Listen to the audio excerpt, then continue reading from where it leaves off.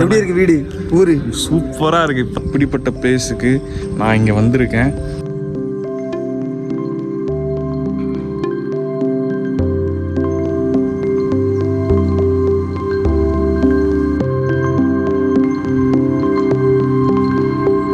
செடி தூக்கும் போது தான் அந்த வேரில் தான் அந்த கடலே இருக்கும். அந்த கோசா பழம்னு சொல்லுவாங்க, தண்ணி பழம்னு சொல்லுவாங்க, தர்பூசணி சொல்லுவாங்க. எப்படியாவது சாகிறதுக்குள்ளே இந்த மாதிரி ஒரு இடத்துல போயிட்டு ஒரு குட்டி வீடு. இந்த செடியெலாம் உங்களுக்கு என்னென்னு தெரியுமா? நான் உங்களுக்கு கீழே போய் நான் சொல்கிறேன். ஆனால் ரொம்ப குறைஞ்சிருச்சு. அங்கங்கே தான் எனக்கு தெரிஞ்ச அளவுக்கு இருக்க மாதிரி எனக்கு ஒரு ஃபீல். கரும்பு செடி, சோளச்செடி, ஒரே ஒரு கைத்து கட்டிலிங்க கிடக்கு. அதை விரிச்சிட்டு நம்ம படுத்தோம்னா இந்த இடத்துல மரத்துக்கடியில் போட்டு படுத்தோன்னா அப்படி தூக்கம் வரும். இப்போ தெரியுதா உங்களுக்கு செடி இது என்ன செடி அப்படின்னு? நல்லா பார்த்துக்கோங்க. நெக்ஸ்ட் டைம் இந்த செடியெலாம் பார்த்தா இது வந்து கள்ளச்செடி தான் அப்படின்னு நீங்கள் பார்த்தோன்னே சொல்லிடுவீங்க. முடிச்சு கொடுக்கல, அது இங்கே தான் கிடைக்கும். இப்போ மணி எத்தனை ஆகுதுன்னா 1:30 மணி இருக்குமா? 1:30 மணி ஆகுது. இந்த மாதிரி நீங்கள் 1:30 மணிக்கு இந்த மாதிரி வெயிலில் நின்று பேச முடியுமா?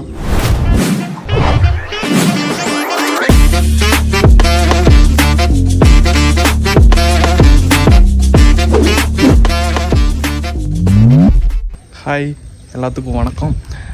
ரொம்ப நாள் ஆச்சு நான் வீடியோ பண்ணி. இன்றைக்கி இப்போ இந்த வீடியோ எடுக்கவே நான் ஒரு மாதிரி தடுமாறி நிறையா டைமு ரெக்கார்ட் பண்ணி டெலீட் பண்ணி போகுது. ஒரு மாதிரி நான் தனியாக எடுக்கணுன்னா கூட எனக்கு ரொம்ப ஒரு மாதிரி சையாக இருக்குது. என்ன பண்ணுறது இல்லை, போக தான் இதெல்லாம் கரெக்டாகும்னு நான் நம்புகிறேன். இப்போது இந்த வீடியோ எதுக்காக அப்படின்னு பார்த்தீங்கன்னா, நம்ம எல்லாருமே கிராமத்துலேருந்து சிட்டிக்கு போயிருப்போம், இல்லைனா சிட்டிலே வாழ்ந்துருப்போம். திடீர்னு சிட்டிலேருந்து கிராமத்துக்கு வரும்போது ஒரு ஃபீல் இருக்கும்ல. அப்போது நம்ம சிட்டிலேருந்து சுற்றி அந்த ஒரு மாதிரி உங்களுக்கே தெரியும், தோப்பு ஒரு மாதிரி க்ரீனிஷாக அந்த மாதிரி விவசாயமெல்லாம் பண்ணியிருப்பாங்க. அதெல்லாம் பார்க்குறதுக்கு நம்ம கொடுத்து வச்சுருக்கணும். அப்படிப்பட்ட பிளேஸுக்கு நான் இங்கே வந்திருக்கேன்.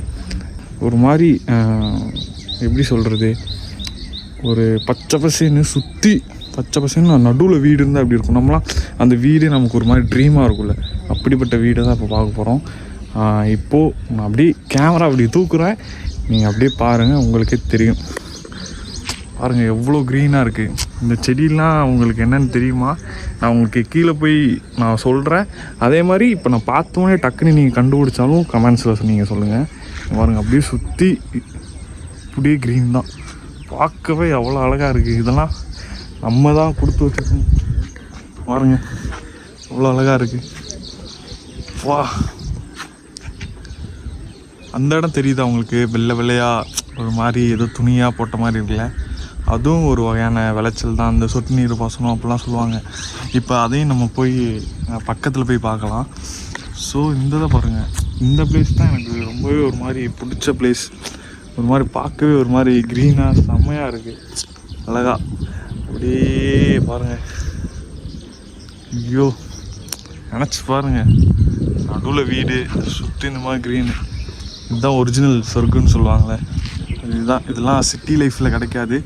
இந்த மாதிரி கிராமத்து லைஃப்பில் தான் ரொம்ப நமக்கு கிடைச்ச ஒரு வர்ண கிராமம் தான். ஆனால் அதை நம்ம நிறையா பேர் மிஸ் பண்ணி நம்ம சிட்டியில் போய் வாழ்ந்து ஒரு மாதிரி டிராஃபிக்கு அது இதுன்ட்டு ஒரு மாதிரி ஹாரன் சவுண்டு இதுலேயே நம்ம வாழ்ந்து ஒரு மாதிரி இருக்குல்ல, அதெல்லாம் விட்டுட்டு இந்த மாதிரி கிராமத்தில் வாங்க, அமைதியாக இந்த மாதிரி குருவி சத்தம் அதெல்லாம் காலில் கேட்டு ஒரு மாதிரி சூப்பராக இருக்கும். வாங்க இப்போ நம்ம இங்கே போகலாம், கீழே போயிட்டு இந்த மாதிரி செடி அதெல்லாம் நம்ம பார்க்கலாம். இப்போ தெரியுதா உங்களுக்கு செடி இது என்ன செடி அப்படின்னு? நம்ம எல்லாம் கடலைன்னு ஒன்று சாப்பிடுவோம், அந்த கடலை விளைச்சலுக்கான செடி தான் இது. இந்த செடிக்கு இந்த வேரு கீழே தான் அந்த கடலையே இருக்கும். செடி தூக்கும் போது தான் அந்த வேரில் தான் அந்த கடலையே இருக்கும். அந்த கடலெலாம் தனியாக அப்படியே வச்சு அதுக்கப்புறம் தான் அவங்க வந்துட்டு ஒரு மாதிரி அது ஒரு ப்ராசஸ் இருக்கும்ல, அந்த கடலெலாம் பிரித்து அதெல்லாம் தனியாக காய வச்சு அதுக்கப்புறம் நம்மக்கிட்ட வரும். நம்ம அந்த பச்சை கடலைன்னு சொல்லி வாங்குவோம். அப்புறம் அதெல்லாம் அதுவே அவுச்செலாம் நமக்கு விற்பாங்களே, அதுக்கான செடி தான் இருந்தது. நல்லா பார்த்துக்கோங்க. நெக்ஸ்ட் டைம் இந்த செடியெலாம் பார்த்தா இது வந்து கள்ளச்செடி தான் அப்படின்னு நீங்கள் பார்த்தோன்னே சொல்லிடுவீங்க. ஆல்ரெடி இவங்க இதெல்லாம் பார்த்தவங்களுக்கு தெரியும் இது என்ன மாதிரி செடி அப்படின்னு. ஸோ அதெல்லாம் உங்களுக்கு தெரிஞ்சு இன்னும் எனக்கு நான் தப்பாக சொல்லி உங்களுக்கு சரியாக தெரியலல்ல, அப்படிலாம் ஏதாவது இருந்துச்சுன்னா நீங்கள் கமெண்ட்ஸில் சொல்லுங்கள்.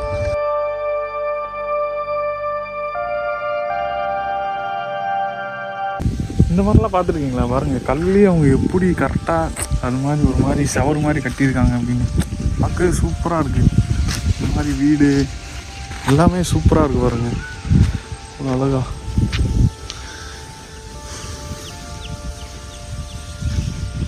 நல்லாயிருக்கு. ஸோ எனக்கும் ரொம்ப நாள் ஆசை இந்த மாதிரி ஒரு கிராமத்தில் ஒரு வீடு கட்டி சுற்றி தோப்பாக இருக்கணும், நடுவில் வீடு இருக்கணும் அப்படின்னு எனக்கு ரொம்ப நாள் ஆசை.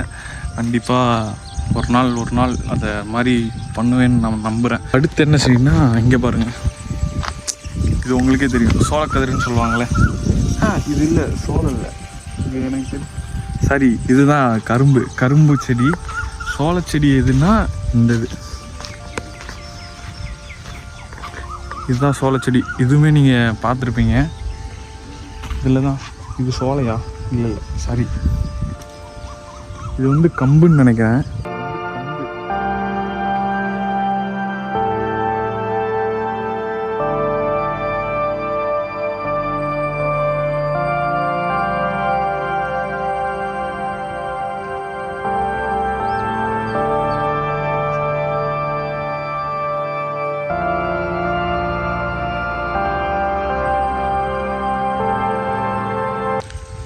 இதான் நம்ம பார்த்துட்டு இருந்தது. சரி, இதுதான் நான் உங்களுக்கு சொன்னேன் இல்லையா, இந்த ஒரு மாதிரி வெள்ளை துணி அப்படின்னு. என்ன செடி அப்படின்னா, இது வந்து தர்பூசணி. ஒரு ஊரில் ஒரு மாதிரி சொல்லுவாங்க. இந்த கோசா பழம்னு சொல்லுவாங்க, தண்ணி பழம்னு சொல்லுவாங்க, தர்பூசணி சொல்லுவாங்க. இந்த மாதிரி நிறையா பேர் ஒரு ஊரில் ஒரு மாதிரி சொல்லுவாங்க. நீங்கள் வந்து இதுக்கு வந்து என்ன மாதிரி பேர் சொல்லுவீங்கன்னு கமெண்ட்ஸில் சொல்லுங்கள். இதுதான். ஸோ இந்த மாதிரி தான் இவங்க வந்துட்டு இதுக்கான ப்ராசஸ். தண்ணி பழம் வந்து சும்மா வெளியில் வந்து காய்ச்சிட்டு அப்படி பழம் வந்தானே அந்த மாதிரி நம்ம கொடுக்க மாட்டாங்க. அதுக்கான ப்ராசஸே வேறு மாதிரி தான் இருக்குது. எனக்கே இது இப்போ தான் நான் ஃபஸ்ட் டைம் இந்த மாதிரிலாம் நான் பார்க்குறேன். அது பாருங்கள், ஃபஸ்ட்டு அது மேலே போட்டு விதை ஒன்று போட்டு அதுக்கப்புறம் அந்த கொடியெலாம் அப்படியே ஒரே மாதிரி உள்ளுக்குள்ளே போகணும் அப்படின்றக்காண்டியே இதுக்கு இந்த மாதிரி செட் பண்ணி இப்படி வந்து அவங்க விவசாயம் பண்ணுறாங்க. பார்க்கவே அவ்வளோ சூப்பராக அழகாக இருக்குது. ஸோ இந்த காலத்தில் இப்படிலாம் விவசாயம் பார்க்கும்போது இந்த மாதிரிலாம் இப்போலாம் ரொம்ப குறைஞ்சிருச்சு. அங்கங்கே தான் எனக்கு தெரிஞ்ச அளவுக்கு இருக்க மாதிரி எனக்கு ஒரு ஃபீல். ஆனால் இருந்தாலும் நம்ம எல்லாருமே விவசாயம் பண்ணணும்.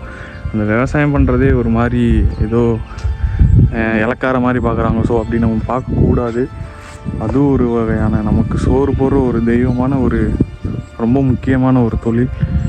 ஸோ அதை வந்து நம்ம இலக்காரமாக எப்பயுமே பார்த்துட்டு இருக்கக்கூடாதுன்னு நான் நினைக்கிறேன்.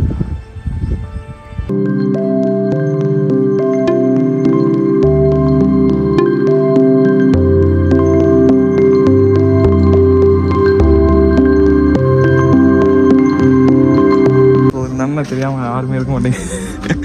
மணின்னா வணக்கம். எப்படி இருக்கு வீடு? ஊரு சூப்பராக இருக்குது. இப்போ தான் ஃபுல்லாக கவர் பண்ணிட்டு வந்தேன். ஃபுல்லாக காமிச்சிட்டிங்களா? எப்படியாவது சாகிற கண்டிஷன்லையாவது இந்த மாதிரி ஒரு ரம்மியமான ஊரில் வந்து ஒரு நிலம், அது ஒரு குட்டி வீடு, முன்னாடி இந்த மாதிரி தோட்டம் துறவு, வெளியில் வந்தாலே இந்த குயில் கீச்சு கீச்சு கீச்சின்னு சவுண்டு கேட்டே இருக்கணும். இந்த மாதிரி பூச்செடி இருக்கணும். என்ன வேணுமோ நம்மளே பறித்து நம்மளே சமைச்சிக்கலாம் அப்படின்ற மாதிரி இருக்கிற மாதிரி ஒரு இடத்துல சாகிறதுக்குள்ளே போய் கொஞ்ச நாளாவது வாழ்ந்துடணும். ஆமாம், இந்த மாதிரி ஒரு வீடு கட்டி அதில் இருக்கணும்னா எல்லாம் கொடுத்து வச்சுருக்கணும் நமக்கு. ஆமாம், உண்மையிலே இங்கே வந்ததுக்கப்புறம் இந்த வெளிநாட்டுக்கு போகணும், இந்த மாதிரி துபாய், சிட்னி, நியூயார்க்கு இங்கெல்லாம் போயிட்டு வீடு அந்த ஆசையே தவிடுபடியாயிரும். இங்கே வந்து பாருங்கள், இந்த மாதிரி ஒரு கிராமத்துக்கு வந்து பாருங்கள், சூப்பராக இருக்கும். உண்மையிலே ஒரு மாதிரி பீஸ்ஃபுல்லாக இருக்கும். உங்களுக்கு எவ்வளோ டிப்ரெஷனாக இருந்தாலும் இங்கே வந்தீங்கன்னா அது எல்லாமே கிளியர் ஆகிடும். நல்லா இருக்குது. இந்த சவுண்டு, குருவி சவுண்டே ஒரு மாதிரி அப்போ காலையில் ஒரே ஒரு கைத்து கட்டில் இங்கே கிடக்கு, அதை விரிச்சிட்டு நம்ம பாட்டு படுத்தோம்னா இந்த இடத்துல மரத்துக்கடியில் போட்டு படுத்தோன்னா அப்படி தூக்கம் வரும். எந்த ஒரு மைண்டில் எந்த இதுவுமே ஸ்ட்ரெஸ் இருக்காமல் ரிலாக்ஸாக இருக்கும். அதே மாதிரி சில பேர் நினைக்கலாம், அந்த மாதிரி எனக்குமே இங்கே வந்தோடனே ஒரே ஒரு பயம் வந்துச்சு, இந்த பாம்பு இந்த மாதிரி விஷப்பூச்சிகள்லாம் அடிக்கடி வருமே வீட்டு பக்கத்தில் அப்படிங்கிற பயம் மட்டும் எனக்கு ஸ்டார்டிங்கில் இருந்துச்சு. அதுக்கப்புறமா இங்கே வாழ்கிற மக்கள்கிட்டலாம் பேசும்போது தான் தெரிஞ்சிச்சு, அதுங்க வரும், அதுங்க பாட்டுக்கு போயிடும், நம்ம அதுங்களை தொந்தரவு பண்ணாத வரைக்கும் அது நம்மளை தொந்தரவு பண்ணாது அப்படின்னு. நம்ம சிட்டிக்குள்ளே இருந்துட்டு இந்த ரெண்டு கால் இருக்கிற மிருகங்கள்கிட்டேருந்து தப்பிக்கிறதுக்கு இங்கே இருக்கிற இந்த அஞ்சறிவு ஜீவன்கள்கிட்டேருந்து அழகாக தப்பிச்சுட்டு போயிடலாம். அந்த மாதிரி இதுங்க வந்து நம்ம அதுங்களை தொந்தரவு பண்ணாத வரைக்கும் தொந்தரவு பண்ணுறதில்ல. அதுங்க தான் காசு பணம் துட்டுக்காக என்ன வேணாலும் பண்ணுவானுங்க. இங்கே அப்படி எதுவுமே கிடையாது. வீடெல்லாம் பார்த்தீங்கன்னா எல்லா வீடுமே திறந்து தான் இருக்குது. எந்த வீட்டுமே பூட்டு போட்டு இது பூட்டி வைக்கிறது பெரிய பாதுகாப்பு அப்படிலாம் எதுவுமே இல்லை. இங்கே இருக்கிற மக்கள் எல்லாருமே அவங்கவுங்க வேலையை பார்த்துட்டு அவங்கவுங்க பாட்டுக்கு இருக்காங்க. ஸோ பயப்படுறதுக்கு எதுவுமே கிடையாது. அது மூலம் நம்ம சிட்டிலேருந்து தான் ஓயாமல் டிராஃபிக் சவுண்டு ஒரு மாதிரி புகை இதெல்லாம் அப்படியே ஒரு பொல்யூஷனுக்குள்ளே அந்த மாதிரி தான் பொல்யூஷன் வாழ்க்கை தான் அதெல்லாம். ஆனால் இங்கே அந்த மாதிரி எதுவுமே கிடையாது. இதுதான் அந்த 4 மணிக்கெலாம் எந்திரிச்சோடனே உண்மையான காற்றுலாம் சுவாசிக்கும் போது உடம்புக்கு நல்லா புத்துணர்ச்சி கொடுக்கல. அது இங்கே தான் கிடைக்கும். இப்போ மணி எத்தனை ஆகுதுன்னா 1:30 மணி இருக்குமா? 1:30 மணி ஆகுது. இந்த மாதிரி நீங்கள் 1:30 மணிக்கு இந்த மாதிரி வெயிலில் நின்று பேச முடியுமா? இல்லை, முடியவே முடியாது. இருக்கிறதே தெரிய மாட்டேங்குது. ஆமாம், க்ளவுடெல்லாம் வருங்க எப்படி தெரியுதுன்னு. கிளைமேட்டு ஒரு மாதிரி மலை மேகமாக ஒரு மாதிரி நல்லா இருக்குது. உங்களுக்கு இந்த மாதிரிலாம் இருந்துச்சுன்னா மிஸ் பண்ணாதீங்க, அதை ஆண்டு அனுபவிச்சிருங்க.